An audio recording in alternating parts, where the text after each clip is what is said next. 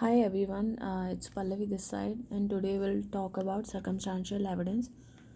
But before going to circumstantial evidence, we first need to understand what is evidence. Section 3 of Evidence Act describe what is evidence, and it says that all the statement which the court permits or required to be made before it by witnesses in relation to matter and fact under inquiry is evidence, plus all the documents produced for the inspection of a court is evidence.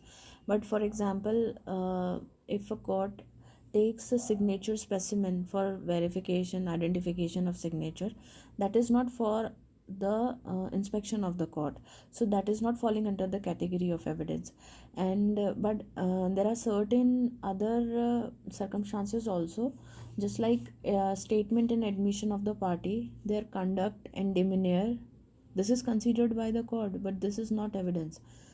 Circumstances coming under the direct cognizance of a court is not evidence. Court can take judicial notices of the facts, but that is not evidence. Court may presume certain things, but that is not evidence. Confessional statement of accused person is not evidence. So we can say the evidence definition is not a complete definition. So many things court presumes takes direct cognizance, but that is not falling into the category of evidence. So whatever court may legally consider is evidence. What court may legally consider is things which are falling under section 5 to 55 of the Evidence Act. Thereafter, what is like uh, direct evidence and what is circumstantial evidence. So after evidence, we need to understand what kind of evidence you are giving. So there are several kinds of evidence, like real and personal evidence, which actually court take cognizance. The marks on the body, the weapon, murder weapons and all. These are all things which court take cognizance in the courtroom, and that is the personal and real evidence. Thereafter, hearsay evidence. It is also called a derivative or a second hand evidence. For example, if I heard that somebody told me that A have murdered B, I have heard it. So this is a hearsay evidence. I have not seen it. I have not heard it from my own ear. Somebody else told me that. And there is primary and secondary evidence. There is positive and negative evidence, oral, documentary, and conclusive evidence. So, but the most important thing is direct and circumstantial evidence. So what is direct evidence? Direct evidence, for example, I am a witness in a matter and I tell court that I have seen A have murdered B. So I am a primary witness and I am giving a direct evidence. But for suppose I become hostile and thereafter I am not there, but some other witnesses are there. So those other witnesses give testimony of other relevant facts from which the fact in issue may be inferred. So there must be a chain of independent evidences so complete and unbroken to show that within all the human probabilities the act must have been done by the accused.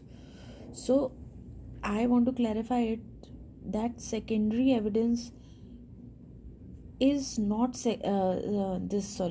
circumstantial evidence is not secondary evidence. It is merely a direct evidence applied indirectly. So if we see direct evidence means testimony of a witness of any fact with which without the intervention of any other facts proves the existence of a fact in issue.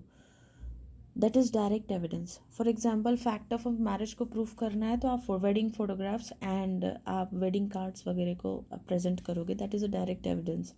Witnesses को produce करोगे. That is a direct evidence who have joined the marriage.